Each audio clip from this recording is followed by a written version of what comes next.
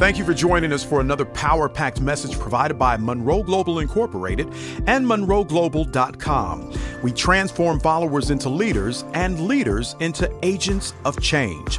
We hope that this message is a blessing to you as you advance your life and discover your purpose. Now, let's go into the message. The power of succession planning. My dad, 5 years ago, encouraged me to move home and join him and work along with him in the family business and eventually into his international ministries. It was not something that I intended to do once I graduated with my master's. It is something that I really wasn't interested in, to be honest. I simply wanted to graduate, land me a great job somewhere in the U.S., start my career, find a beautiful wife, produce some beautiful kids, and live. But as fate would have it, God had some different plans for me. My dad invited me to come home, so in 2009 I moved back to the Bahamas and started working along with my dad. It was at that time that I submitted myself to him completely. He has been my father at that point. I think it was maybe 25, 26 years. But he was not yet a mentor to me. He has mentored me, or he has been mentoring me, but he has not. I really didn't submit to him as a mentor until I moved home. There's a difference. Someone can choose to mentor you, but it is impossible for them to mentor you the right way if you do not choose to be mentored by them.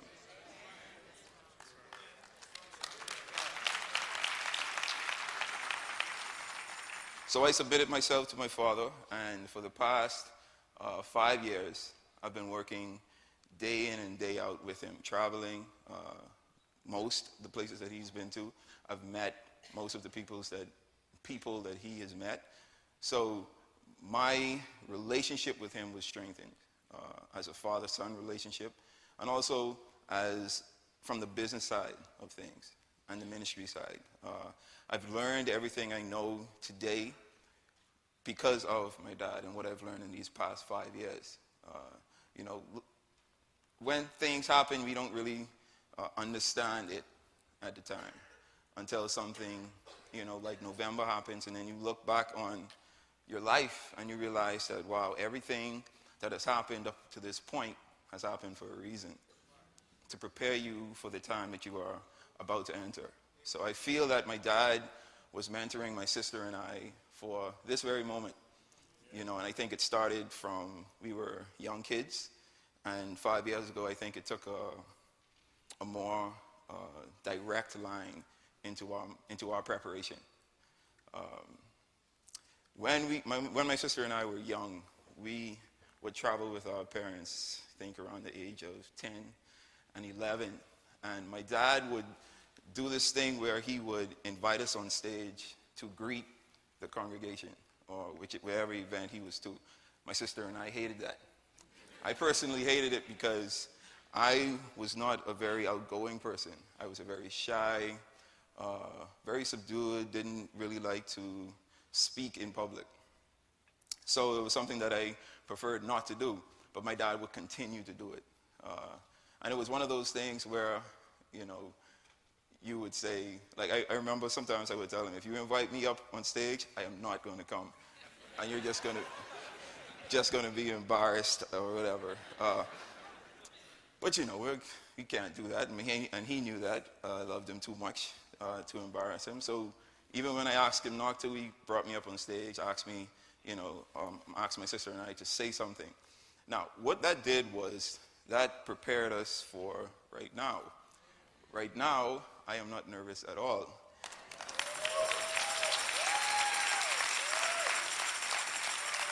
And what my dad was doing was mentoring us, preparing us for, I don't know if he knew it, but for what we are doing today. And that brings me to the power of vision. You can bring the screens up. Vision is, I feel, the fundamental thing when it comes to leadership. Until you discover what your vision is in life, then you really aren't living for anything. When you know what your purpose is in life, then you're usually giving that purpose in pictures in your mind. Those pictures seem a bit far-fetched at times, may seem like something that you are unable to reach, unable to grasp as an individual, thinking with your human mind or seeing with your human eyes. But what vision does is gives you an idea of the future God has for your life.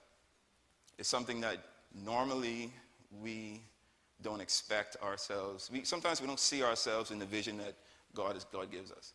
God, is impossible for me to be that person you're showing me. Because right now I am timid, I am scared, I am broke. I don't have I'm single. I don't have a family. I don't have the support system that I need. How am I going to make it to that point? Well, here's what vision is. Vision is the ability to see things as they should be and not as they are. True vision is the capacity to see farther than your eyes can look. Eyes that look are common, but eyes that see are rare. So you may see, my dad did this illustration with a seed all the time. He would hold a seed, an imaginary seed, most of the time in his hand, and he would ask you, what do you see? Your natural response would be, I see a seed. A visionary's response would be, I see a forest. Because inside a seed, there is a tree that bears fruit, that bears seeds, that bears trees, that bears fruit, and so on and so forth. I'm sure you guys have heard that seed, tree, fruit, seed. I loved it when he did that. That was something that stuck out to me. But the visionary sees much further than the human eyes can see. True vision is not limited to natural sight, but is an internal revelation of a future occurrence. True vision is the source of personal discipline. And this is very important. I feel like as individuals growing, trying to discover who we are as human beings, we don't really gain a sense of stability or discipline until we understand why we are here. We go through life trying to discover that, and I can attest to this. There are times where, I don't know, I'm not sure what the reason I was placed here for. But once you find out, once you discover your purpose and you are given a vision, and it makes sense, it also has to make sense to you. And eventually it will. God puts us in certain places, brings us in the environment of certain individuals so that they can trigger our inner baby, that vision that is birthed in us, to reveal exactly what that vision is. As a visionary, we become stable in our growth in life, in our movement. Everything that we do, once we discover who we are, is geared towards that vision. We have less time for distractions. We have less time for stuff that isn't important anymore.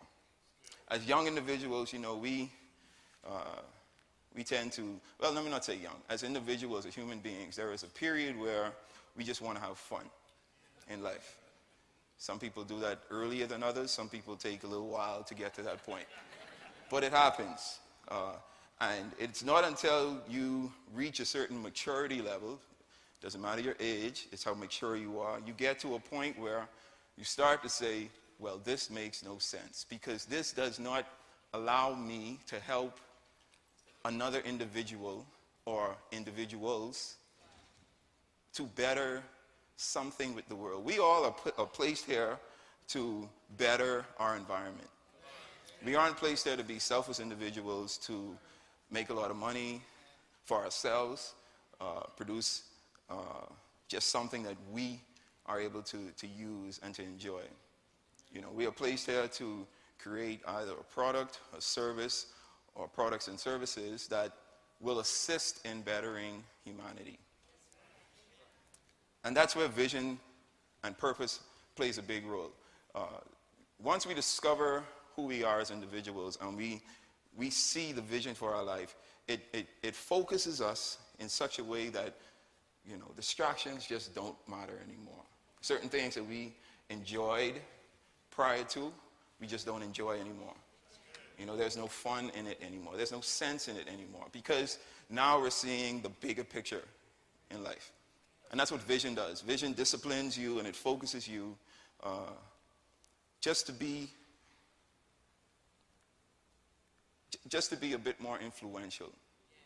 And influential in whether it's a small circle or a large circle. You could be influential amongst your family or amongst your friends. But that is a body of individuals that you were placed there to inspire, to influence, to change, to develop, to mentor. So that at some point, they will then discover who they are. They will see a vision for their life and do the same for their circles. Right? So, next, a leader is born when vision is captured. Leadership is born when vision is captured. Once we discover who we are and we capture our vision in pictures, then our leadership, inner leader, is born. Vision is always greater than the visionary. The vision that you have for your life will always seem like something you are unable to achieve. And I think God does that for one specific reason. So that when you do achieve it, you cannot say that it is something that I did. And I think that that helps you as an individual to stay humble and not believe that you are the end-all, be-all. It also encourages folks that see you, those that might have known you a bit better than others, and may say it is impossible for him, her, to be doing what they're doing, knowing where they came from. So it encourages also other individuals looking at your life to say, wow, look at how far they have come. And it is an inspiration, and it also encourages people to want to discover who they are and want to better themselves as individuals. Vision is seasonal. Vision is seasonal. Vision is something that my father's vision, the vision that he had for his life at the age of, I think it was 13, when he was a teenager. His part of the race was from his teenage years to the age of 60. It took me a while to admit that my dad died empty.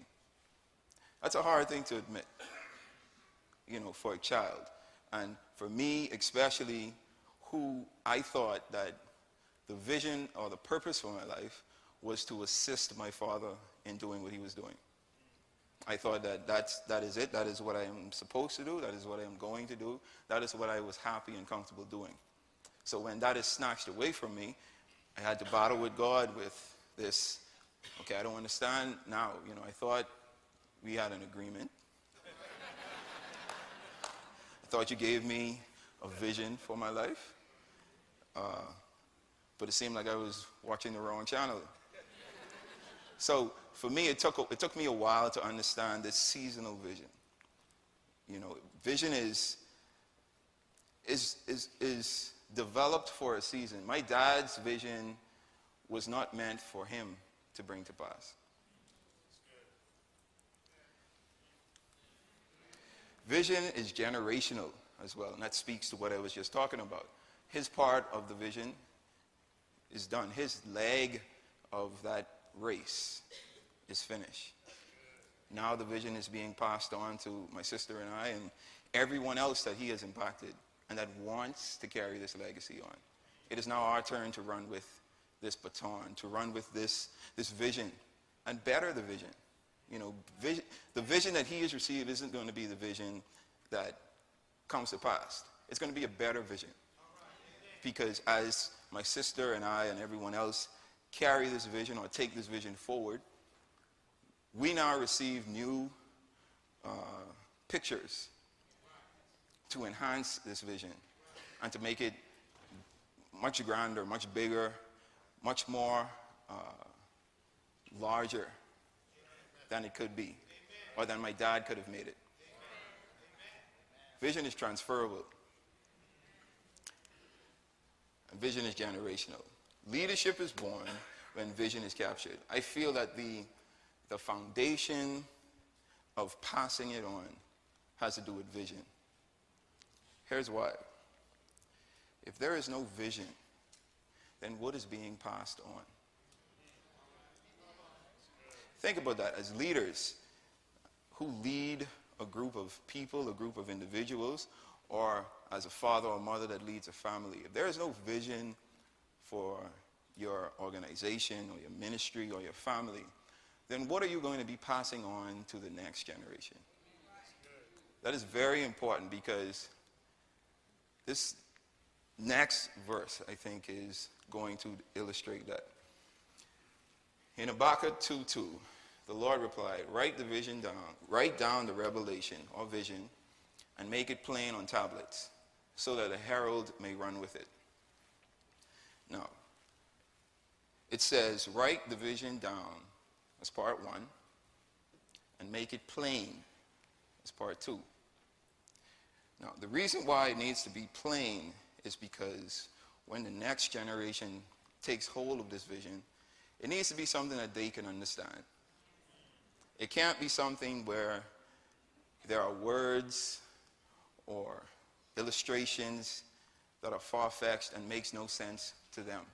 It needs to be something that is simple enough that can be passed on to the next generation to be carried forward. The herald in that verse is the next generation. Myself, my sister, other individuals like you sitting in the audience.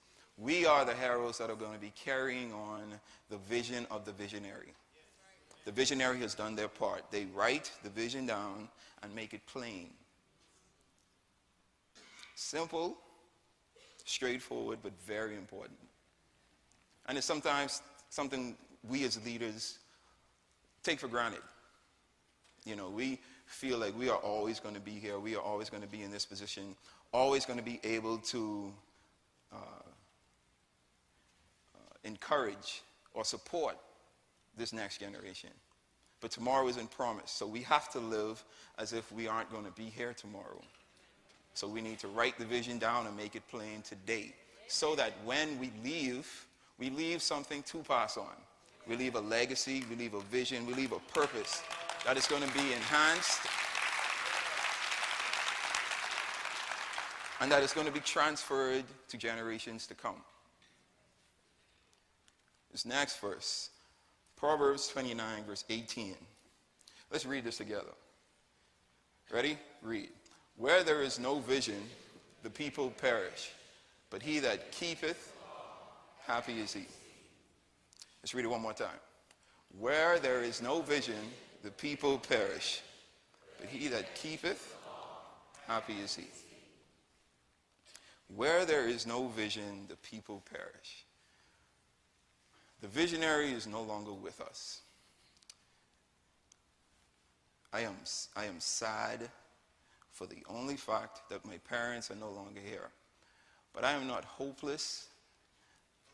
I am not discouraged. I am not unhappy, because the visionary has died, but the vision has not died. The vision lives on within us. When you understand what the vision is, when you know exactly what the vision is, the purpose that a vision has been established, and the visionary was doing everything that they did to enhance, to encourage, to move forward with this vision, then you in turn, there is no beat skipping. You know, the heartbeat, you don't skip a beat. regardless of what happens, regardless of the individuals that are being replaced, as long as the vision is the foundation of what we're doing, the personnel doesn't matter.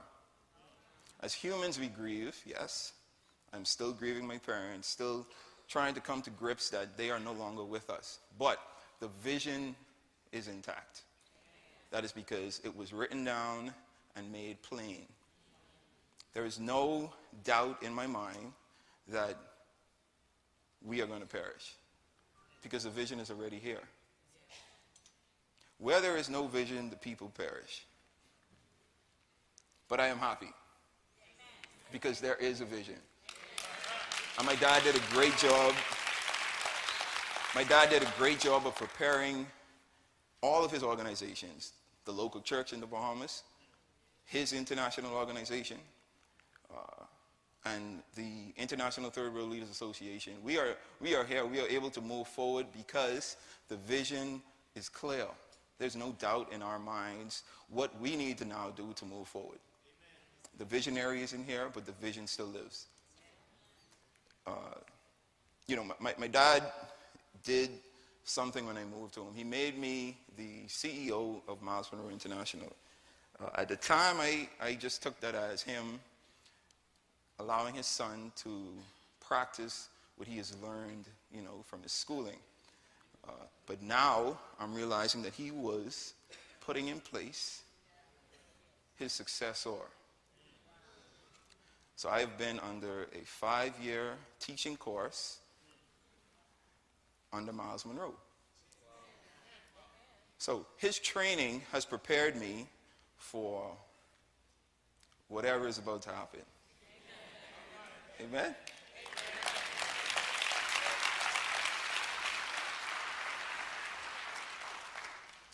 Let's look at leadership. Leadership is the capacity to influence others through inspiration, generated by a passion, motivated by a vision, brought by a conviction, produced by a purpose. This is a definition that my dad took about 30 years to coin, according to him. It is something that we as leaders need to understand. And by the way, there is a leader in each and every one of us in this building today. I just want to make that clear. I don't want you to be sitting there thinking, oh, he's not talking to me because I am not a leader. We are all leaders in our own area of gifting. There is something that you were placed on this earth for that the person sitting next to you can't accomplish. That makes you a leader. That gives you your unique fingerprint on this life. Because you were made for a reason, and now it is your duty to discover what that reason is and to bring that to life. So, leadership. Leadership is the capacity to influence others through inspiration, generated by a passion, motivated by a vision, brought by a conviction, produced by a purpose. The greatest act of leadership is mentoring. As a leader, the minute you discover your leadership ability, the next thing you need to do is prepare your successor. As a leader, the greatest thing you can do is to mentor someone to take your place. My dad wrote this book, Passing It On. This book, I promise you, has not made more sense to me until these past couple of months. Because if you have ever doubted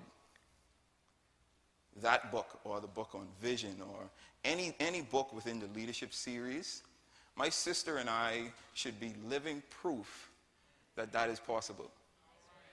We are passing it on, that book brought to life.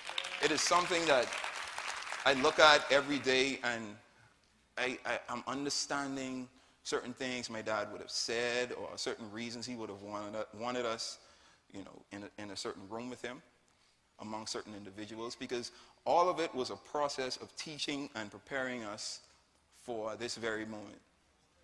My dad knew that he wasn't going to be here forever. He also knew that because of that, he needed to put in place a succession plan. As leaders, the most important thing that we can do, it's not making money for whichever organization you're working for. It's not changing certain laws or rules within the organization or whatever it is that you're trying to accomplish.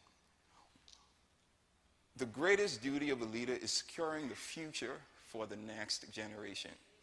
And you do that by preparing an individual or a group of individuals for that future.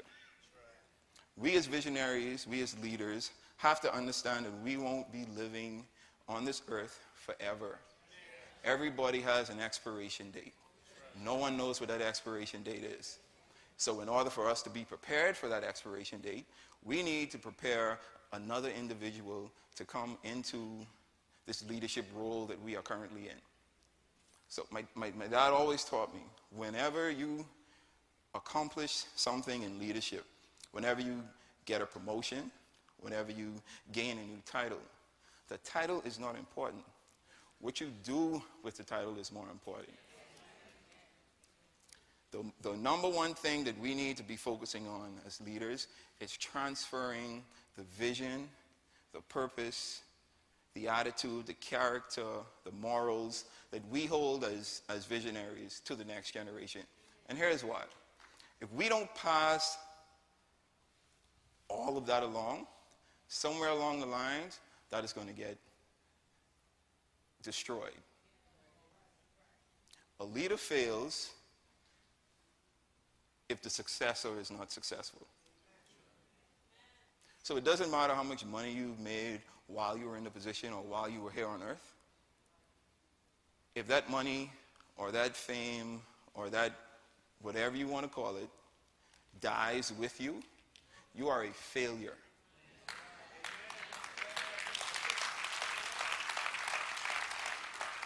So the only way to be a successful leader is to mentor someone. To select someone to succeed you to be successful. And that is what the book Passing It On talks about. As once we discover our vision and our purpose in life, and we know who we are as individuals, as leaders, we start encouraging other individuals who want to be mentored or want to learn from what we have as leaders. We start teaching them everything that we know. We reproduce ourselves in them, so that when we are no longer here, it will be like we never left. You know, my dad has poured himself into so many individuals that I still am able to hear him speak all the time. I hear his voice, I hear his words, I hear things that he would have told me in private, I hear on a daily basis. It's because he has done exactly what a leader should do. He has reproduced himself so much that when I'm standing in front of you today, in your head, you're saying, wow, he sounds just like his father.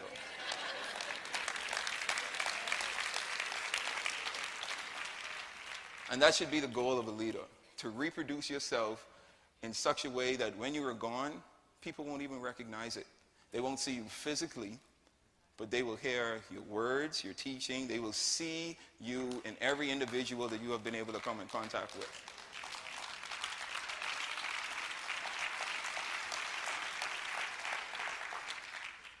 So the important step in leadership succession is selecting or identifying a mentee. Now, the success of a leader is determined by the success of the successor. So just as much effort as you're putting into the bottom line of the organization, the margins that have been set, everything that you are trying to do for this company, just as much effort as you put into that, you need to put into preparing your successor. Because if everything you did or everything you believe, all the morals that you have is not passed on correctly, then it's not going to make sense. It's not going to be worthwhile, because eventually it is going to fail. And the only thing you will be remembered for is he was in charge of a company, an organization, a ministry, a group of individuals that used to be successful. Mentoring is very important. So, as a leader, the one thing that we need to focus on is the one thing that my dad focused on all the time was mentoring. It is why he believed so much in people. It is why he devoted so much of his time into allowing people to discover their inner leader, their purpose, their vision for their lives. I've heard countless amount of stories of folks that have read one of my dad's books, that has heard one of his teachings, that has changed their lives completely, because he has poured out everything that he has learned. He has already laid the foundation. He has already done the hard work. All we need to do now is listen, take notes, read, and discover who we are, capture this vision, and now move forward. Amen? So the next step in leadership is mentoring, preparing your successor to be successful with the vision that you have. And my sister will expand on that. Thank you.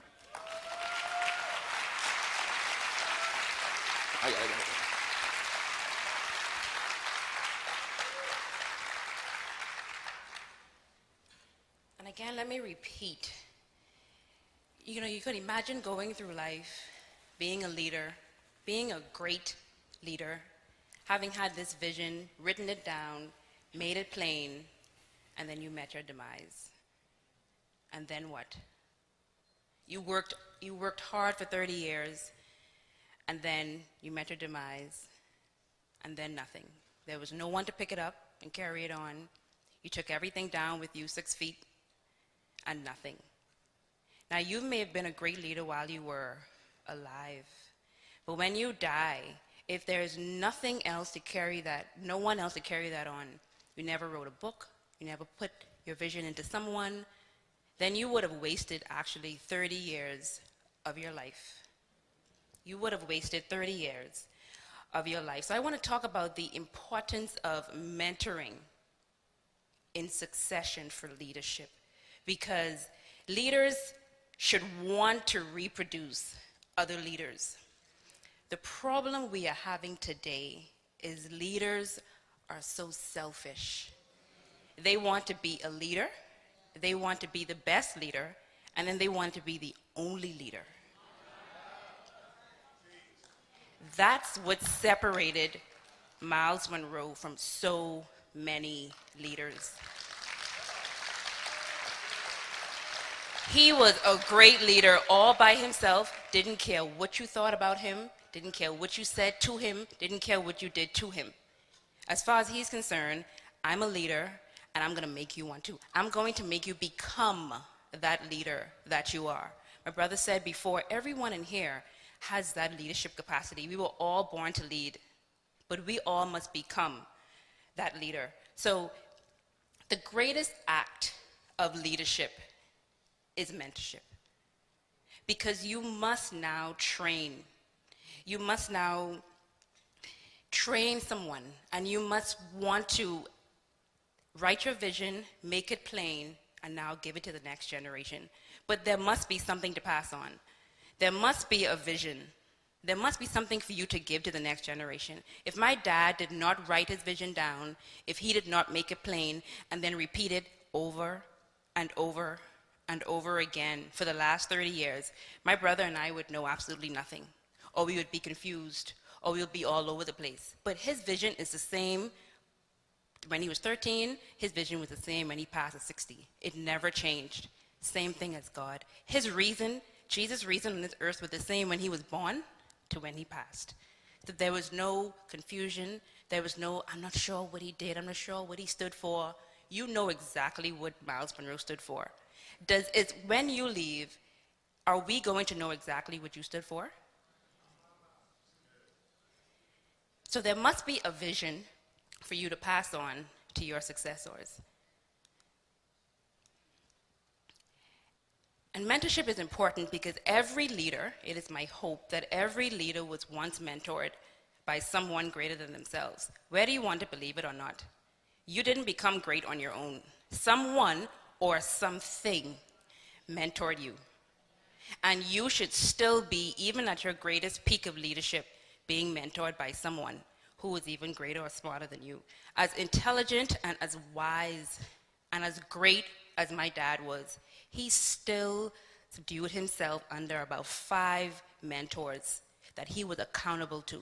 Because as far as he's concerned, no matter how great I am, I still don't know everything. There is still so much for me to know. So he always asked questions. He was always reading. He was always trying to make himself better. And he was always making sure that everything he did was aligned with God.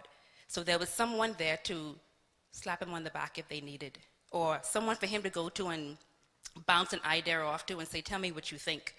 Again, leaders are selfish. So if they feel that they're going to talk to someone about bouncing an idea, their thought is, oh, but then that someone is going to steal my idea. Really?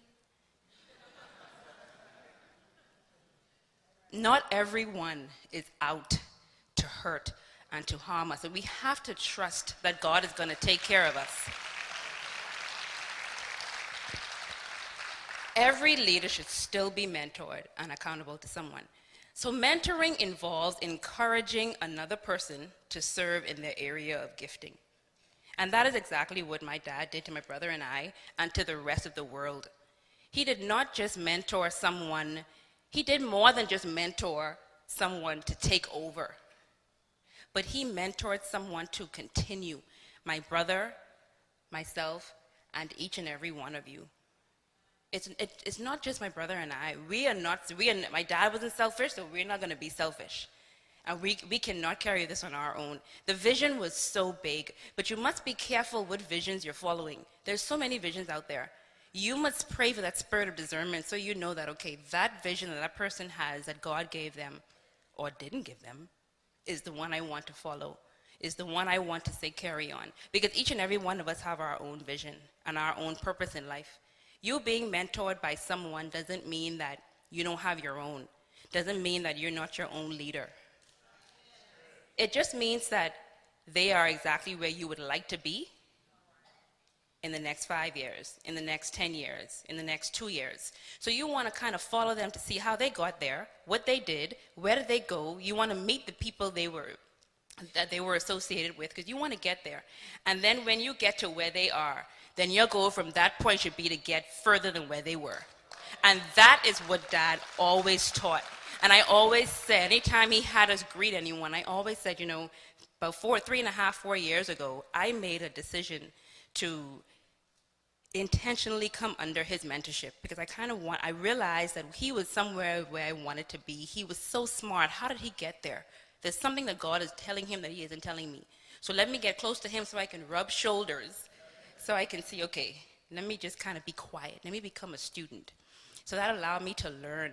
And I always would say, I'm here because God told me to make this move, and I did, and I want to become like him. But no, I actually want to be better than him. And that is exactly what he wanted from my brother, from myself, and for each and every one of us. Not to do exactly what he did and stop to where he was. We are now to become even greater. So mentoring is the greatest and highest responsibility of any leader. It's your responsibility to mentor someone. It's not an option. It should not be an option. You should automatically want to teach someone, to train someone in their area of gifting, so that when you are gone, they can still, it's now their time to shine, and they can still carry on whatever it is you taught them, and your name will never die. If you did something for 30 years, you had a big company, or you had this great vision, you never taught anyone, you don't have any success, or you passed away, in about 6 months after your burial, I can promise you, we will not remember you. I will not remember you. But if you have 1,000,000 successors and you have students that you've trained, 6 years from now, we cannot keep saying, we cannot stop saying, Myles Munroe said this, and Myles Munroe did that, and Myles Munroe said this, and Myles Munroe did that. Jesus did this, and Jesus did that. You know, you can kind of, the name still carries on, and it still is alive. That's because what they did on this earth is continual. It should be continual. So mentoring is the transferring of durable things, things that will not wash away, things that cannot break, things that will not die. So yes, when my dad passed, there's a house, there's a car or two, there's some money, there's maybe even some property, and that's probably going to go to my brother and I without saying. That's an inheritance. That's totally different. Because that can't go to anyone but he and I. It kind of stops right there. But that's durable. All those things, hurricane comes to the Bahamas right now, the house is gone. Get into one accident, car is gone in a second.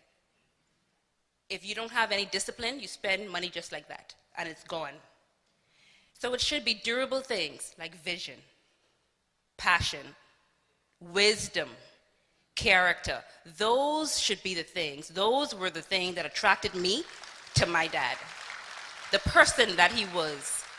Visions that should live in people, not in buildings, not in things. In 1 Chronicles, let's look at this verse, 1 Chronicles 28, verse 10. It's a good example of mentoring and succession. Consider now, for the Lord has chosen you to build a house as a sanctuary. Be strong and do the work. Then David gave his son Solomon the plans of the portico of the temple, its buildings, its storerooms, its upper arts, its inner rooms, and place of atonement. He gave him the plans of all the Spirit, and he put in his mind for that the courts of the temple of the Lord and all the surrounding rooms, for the treasuries of the temple of God and for the treasuries for the dedicated things. He gave him instructions for the divisions of the priests and Levites, and for all the work serving in the temple of the Lord, as well as all the articles to be used in its service. So that's exactly what my dad did. He gave his vision, he gave books, he gave instructions, he gave advice, teachings, he gave resources. There's so much that he gave. As leaders, we have no excuse. We have absolutely no excuse. When I see government dignitaries, I'm so excited to see them here because they are in places where a lot of us young people would like to be one day. And we all want to know, how you got there and what did you do and what made you so smart. But those are questions that I would like to just ask them right out. And this should not be a dumb question. It should be a question that I can ask them and they can tell me. And I said, oh, okay, let me go and try that. That, simple as that, mentorship. Mentoring is about training and preparing for the future. Succession is about transferring and transitioning to the future. So even though the two go hand in hand, they're slightly of a different function. You're mentoring because you want to prepare and you want to train for succession. And succession is important for future generations. Mentoring is important because you need to train and prepare for succession, while succession is important because you need to transfer whatever is taught to the next generation. Succession requires working yourself out of a job and making room for the next phase of leadership. Now, how many of you want to work and work and work until you can make all the money in the world?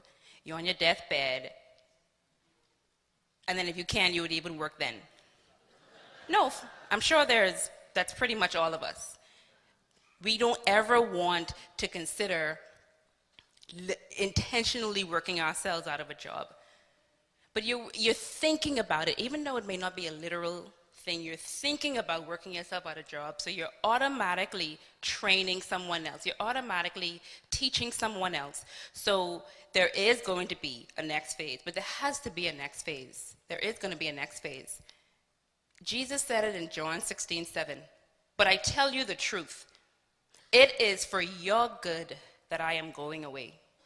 Unless I go away, the counselor, as we know him, the Holy Spirit, will not come to you. But if I go, I will send him to you. Even Jesus knew that he had to leave in order for us to do what he taught. He taught his disciples for years. He trained them how to do miracles, make the blind see, deaf hear, the lame walk, how to overcome demonic spirits. He taught them that. But they continued to be lazy. They continued to call on him. Their faith was this small because they knew that he was right there. So they did not encourage, they did not motivate themselves. They weren't motivated to take that step out of their comfort zone, like my brother and I, to now do what they were taught. Because they knew they could call on Jesus. Same thing with my brother and I. You know, we had no problem being in the background, making sure that Daddy was kept up, but we were in the background, at the book table, little greetings here and there. That was comfortable. That was fine. For us to be thrown out like this is definitely uncomfortable. But that is what is making us become. And that is what is growing us. So are we going to continue to be lazy leaders? Or are we going to be excited for our mentor to say, okay, now is your turn?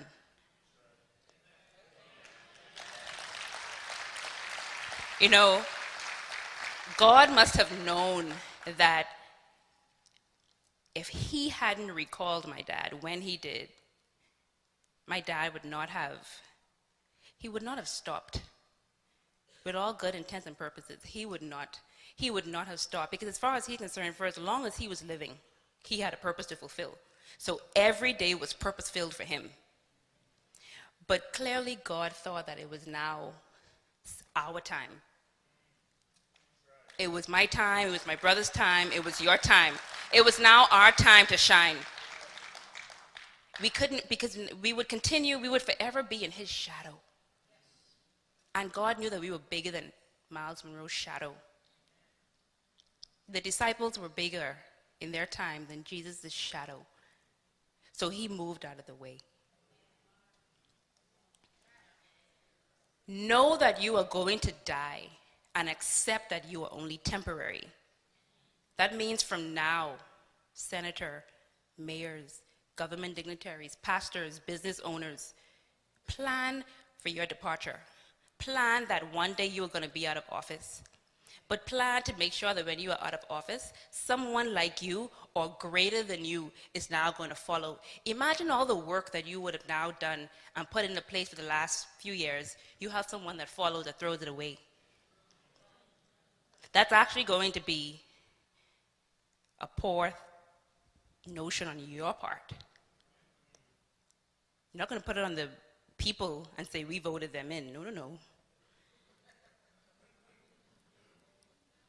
So it's important. It's important that we now, from this moment, as leaders, plan. Those of you who say, okay, I don't own a business, I'm not a pastor, I'm not any government leader, I'm just a mere person. Well, first of all, no one is a mere person. You are mentoring and training someone whether you believe it or not. Even if you were just a parent with children, you are mentoring them. If you want your child to one day be greater than what you are because you are a mere person, then you need to mentor them. You need to train them. Train up a child in the way that he should go, so when he grows old, he will not depart. Finishing well. Dr. Munroe said this, finishing well is more important than starting well. Because we can all start with a bang. Obama started with a bang. We can all start with a bang. But if we are not going to finish with that same bang, then our starting would have been in vain. Finish with a person, and not with a project.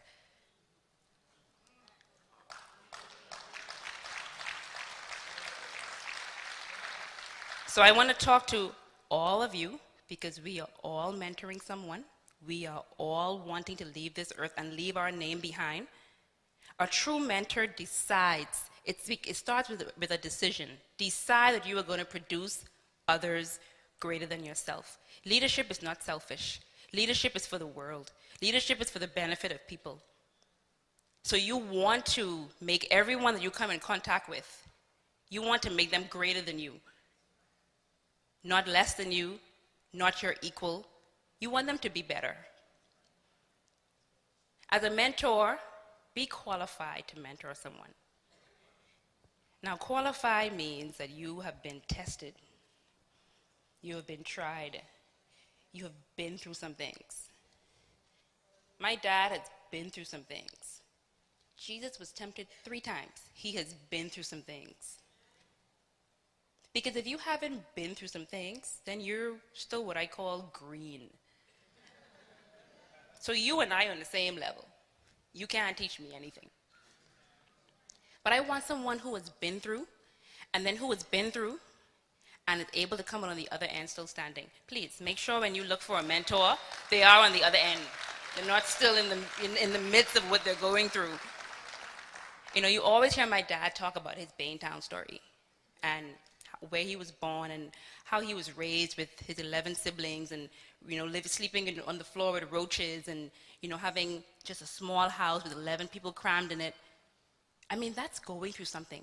And still having faith. You would never know that the man you saw before you, before November 9th, was the person that slept with roaches, who had asthma, and on many occasions had to be back and forth to the hospital, almost died, but God delivered him. I mean, he's been through some things.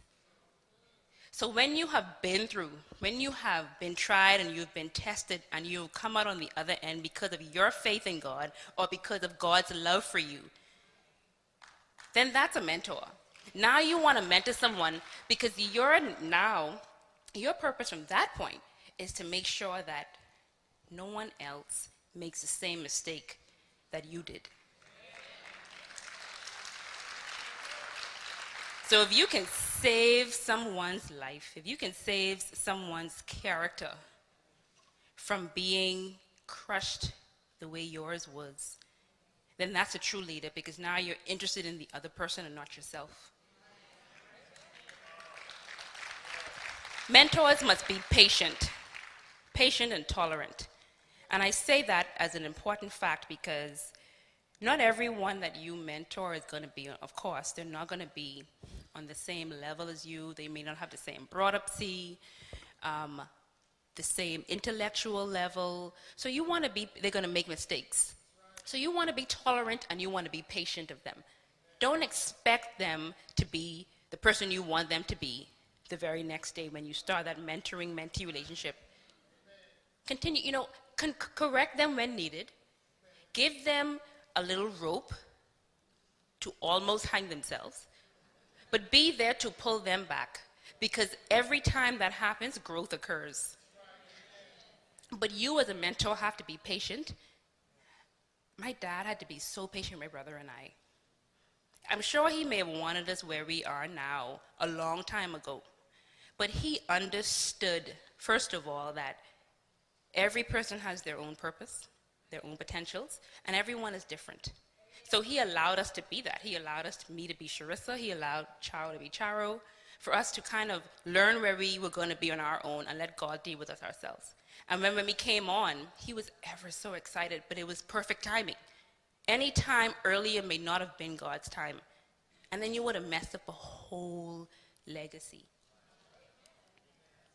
Mentors, show recognition. Show recognition to those persons that you are mentoring, that you are leading. Let them know when they're doing something right.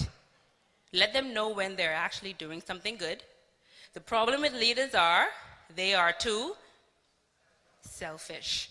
Everybody wants to get all the shine. Everybody wants to get all the applause. They don't want anyone else on the side of them to say, good job. But tell them, that they're doing a good job. And that way they continue doing it. And they could, you can't always correct, but never say, at least you did something right. That you did right.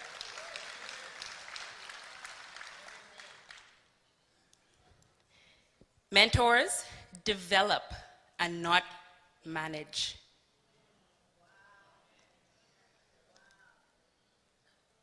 Develop people. You cannot control people, unfortunately. I know we would like to, but we can't. We are to dominate the earth, but we cannot dominate people. People have wills. God gave us a will for a reason, for us to make our own decisions. So you cannot control what people do, what people say, but you can manage how you teach them. You can manage the environment. You can manage the relationship. You can manage what they hear, what they see. You can actually manage yourself, which in turns mentors and develops them. So you want to develop a person. You want to develop their current abilities that you see. You want to develop their current vision. You want to develop them as a person, their character. So throwing them out to the wolves like my dad did to my brother and I all the time. He was developing us for this moment right here. Develop, not manage. Mentors, you also want to release authority and delegate activities. But again, as leaders, we are. So we don't want to give authority to anyone else. We want to have all the authority and we want to have all the power. And then you do one thing in a bedroom one night with someone other than your wife, and all your power and all of your authority is destroyed. And then you really have no power and no authority at that point. So give authority to others that you are mentoring to kind of fulfill their own purpose and kind of lead in their own area of gifting. And that is what my dad did to my brother and I. He gave us authority and power to run his business while he was alive. He gave us authority and power to make phone calls, make decisions in his name while he was alive. He put me over a particular department, put Char over a particular department, and then the world knew that. So now that he is no longer here, and people see us, there's no surprise. One, there's no question. Two, it's an automatic, this is what they were doing when he was alive. This is where they were when he was alive. So not only are you saving someone else, but you're also saving yourself and your own reputation, and also those of others. So release authority, give others chance, delegate the task. As a leadership, there's only so much that you can do to continue bettering the vision of the organization. But if you are so worried about doing so much because you want to have all the praise, then how can you enhance and develop the vision? Allow others to enhance different areas so the vision is continue to get better and better and better. Mentors, be honest with your correction, and just be honest, period. The saying goes, honesty is the best policy. That is ever so true. You want to be honest with yourself. You want to be honest with those you are teaching. You want to be honest with God. And then provide opportunities for others to learn. My brother said it again. Dad always threw us on stage and said, talk to the people. And we didn't want to, but that was that learning opportunity. You want to give others the opportunity to learn, even if it means senators, mayors, pastors, having one person with you every other day or once a week, just to kind of be in the office with you, to see how things operate, to see the decisions you have to make and why you make those decisions. That was it. That was the thing with my dad. My dad would make decisions. He would make choices. He would have options. He would have, very difficult and challenging situations. And I always wondered how he did that and why he made that decision. And so I kind of wanted to get close enough to see why and see how he made the decisions that he did to make him as successful as he is. And so it's important for us to give others the opportunities to learn and not be so selfish. And we must train, and teach. And then when that time comes, we must let go. We can't go through all of that and then still holding on. You can't have actually have trained someone, trained successors, you're teaching, and you're still holding on. Let's bring it home. A relay race. Imagine passing on the baton. You pass on the baton, you're ready. This person you passed it. You're ready to let go. You're ready to run. But then this person is still holding on to it. So many things are going to happen. I'm not going to be able to move. If I do move, I'm going to fall. When I do fall, they're going to fall on top of me. Then we're going to end up with chaos. We're going to end up with a travesty. So you need to let go. And letting go is not when you're dead. Letting go does not have to be when you die. It does not even have to be when you retire. Letting go just means letting go, maybe becoming the chairman, but someone else becomes the CEO. Because now you're able to sit and you're able to watch your company work the way you want it to, and even get better while you are alive. But you have to let go, and you have to be okay with letting go. Don't let go and then still be disgruntled. I just wish I was still there. No. In your mind and in your heart, be okay. God has He has another phase of life for you. If you're still alive, there's something else that you're supposed to do. But now you're still holding on to this. God is ready for you over here, and you don't want to move. So now you're messing up somebody else's position in life, and you're messing up where you're supposed to get to. So it's a domino effect.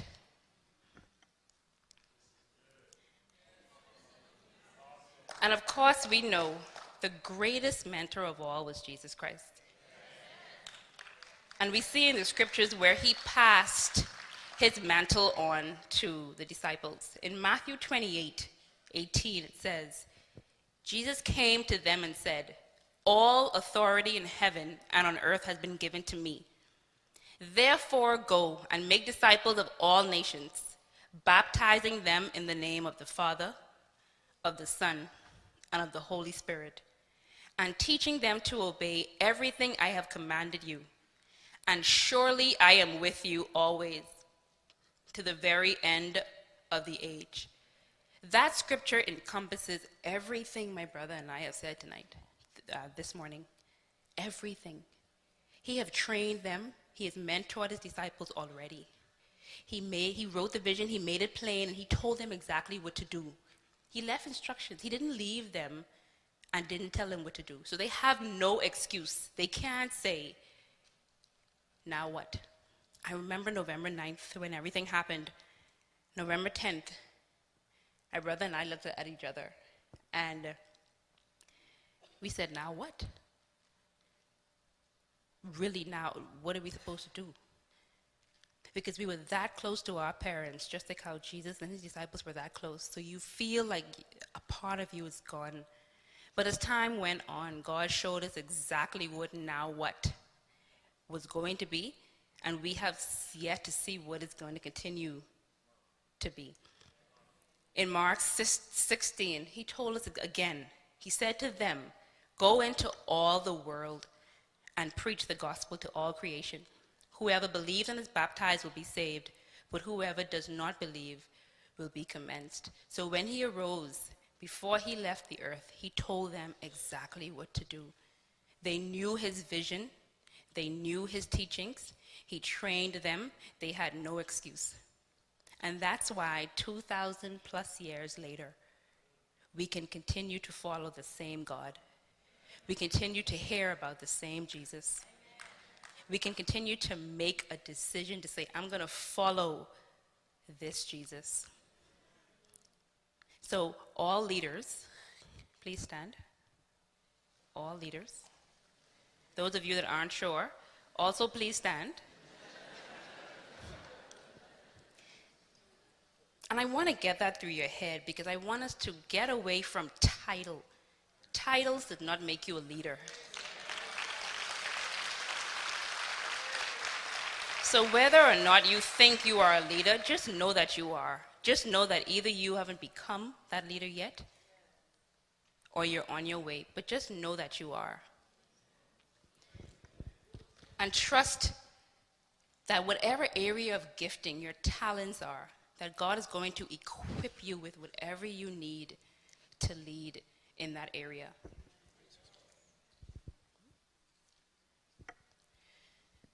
Amen?